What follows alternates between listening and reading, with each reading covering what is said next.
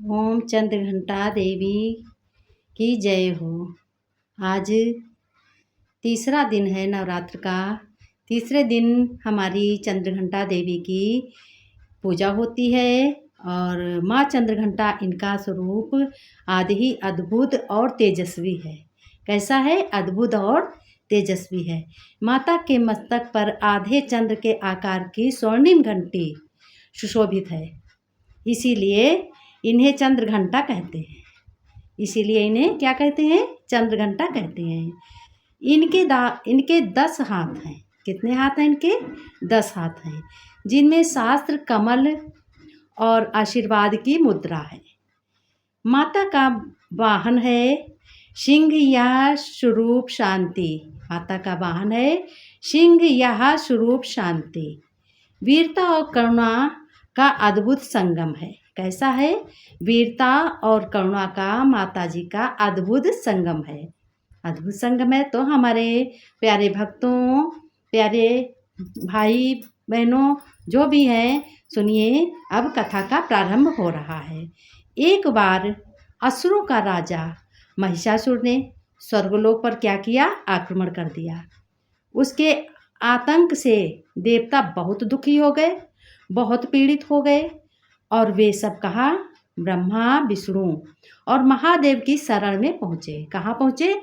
ब्रह्मा, विष्णु, महादेव की शरण में पहुँचे। जहाँ क्या था वहाँ उन्होंने पहुँचे, तब उन्होंने क्या देखा कि तीनों देवताओं ने अपनी अपनी शक्तियों को मिलाकर एक दिव्य शक्ति की सृष्टि की। कि कौन सी शक्ति की? दिव्य दृष्टि की शक्ति की। उसी से प्रकट हुई आदि शक्ति माँ दुर्गा का स्वरूप असाधारण तेज से चमक रहा था। उसी शक्ति से हमारी चंद्रघंटा माता प्रकट हुई हैं और उसी शक्ति से असाधारण स्वरूप उनका चमक रहा था, बहुत तेज चमक रहा था। फिर देखो उनके विवाह के बारे में बता रहे। बहुत पुराने कालों में मान्यता थी, आज भी है, कि जब माँ पार्वती ने भगवान शिव को पति के रूप में प्राप्त करने के लिए बहुत कठोर तपस्या की, तब विवाह के बाद उन्होंने अपने माथे पर अर्धचंद्र धारण कर लिया। अर्धचंद्र धारण कर लिया यानी आधा चंद्रमा धारण कर लिया। उसी से इनका यह रूप चंद्रघंटा कहलाया। उसी से ये देवी का रूप क्या हो गया? चंद्रघंटा कहलाया। उसी दिन से इनके नाम चंद्रघंटा के नाम से माता जी बोली जाने लगी। सभी लोग चंद्रघंटा के नाम से उत्सव मनाने लगे तीसरे दिन नवरात्र के, और सभी लोग बहुत ही इनका पूजा वंदना अर्चना करते हैं, बहुत भावपूर्ण से इनको मानते हैं और पान फूल नैवेद्य सब कुछ चढ़ाते हैं, फल आदि चढ़ाते हैं और बड़े प्रेम से सभी लोग भक्ति करते हैं, व्रत भी रखते हैं। नहीं कोई रखता है फिर भी पूजा जरूर करता है। नवरात्र में रोज़ सुबह उठ करके पूजा करें और भले ही अपना बाद में भोजन करें, लेकिन 9 दिन के ये महत्व होता है। जो ये 9 दिन को इस तरीके से शुरुआत करता है तो उनके घर में धन, सुख, संपत्ति, बहुत ही कुशल मंगल, सब घर में मंगल कार्य होते हैं। सुख शांति हमेशा के लिए बनी रहती है। अब इसके बाद में ये तो हो गया चंद्रघंटा तब कहलाई है ना, जब उन्होंने अर्धचंद्र धारण किया, चंद्रमा। बाद में माँ ने क्या किया? असुरों से युद्ध करने के लिए ही सिंह को अपना वाहन बनाया। असुरों को से युद्ध करने के लिए सिंह को अपना वाहन बनाया। उनके गले में घंटी गूंज से दैत्यों को और राक्षसों के दिल कांप जाते थे।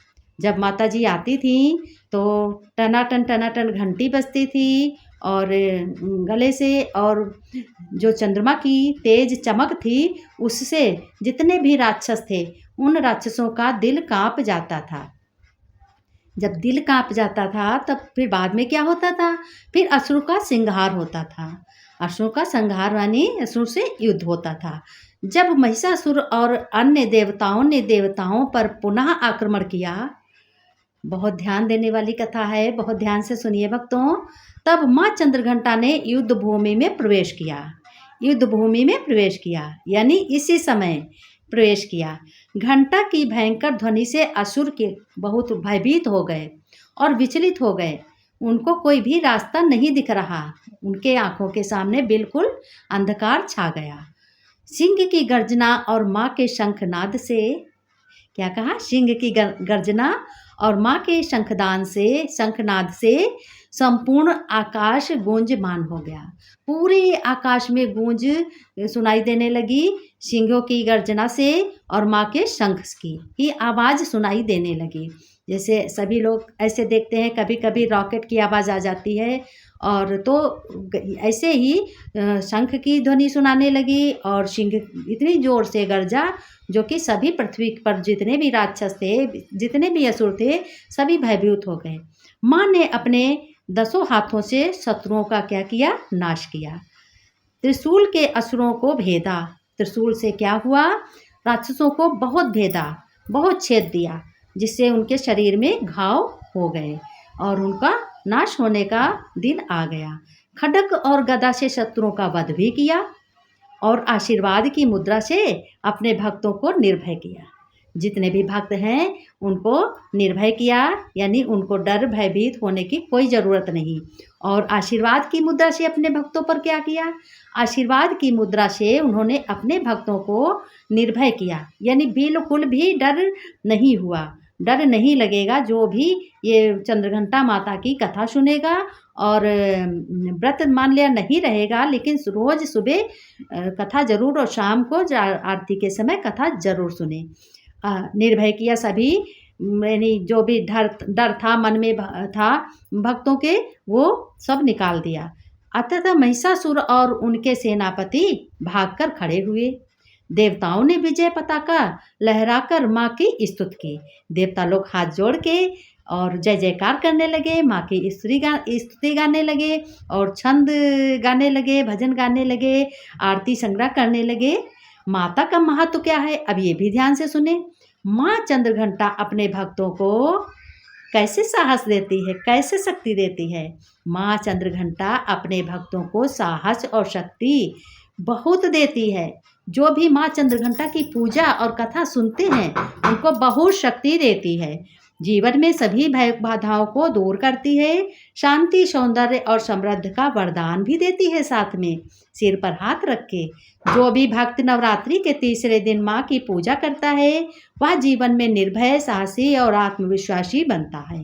अंत में प्रार्थना करता है कि हे माँ चंद्रघंटा, सभी लोग हाथ जोड़कर प्रार्थना करें, आपकी कृपा से ही हम भय मुक्त होकर धर्म और शक्ति के मार्ग पर चलेंगे, हमेशा चलते रहेंगे और चल सकते हैं।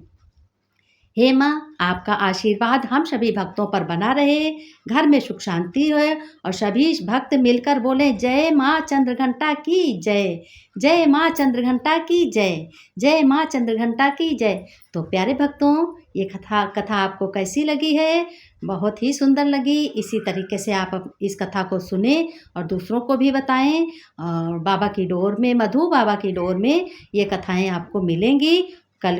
कल की भी, चौथे दिन की भी कथा मिलेगी और जितनी नवरात्र में कथाएं होती हैं सारी मिलेंगी। प्रेम पूर्वक सुबह और शाम जरूर सुने और प्यारे भक्तों कमेंट में लिखकर जरूर बताएं कि कथा कैसी लगी। जय माँ चंद्रघंटा की जय, जय माँ चंद्रघंटा की जय।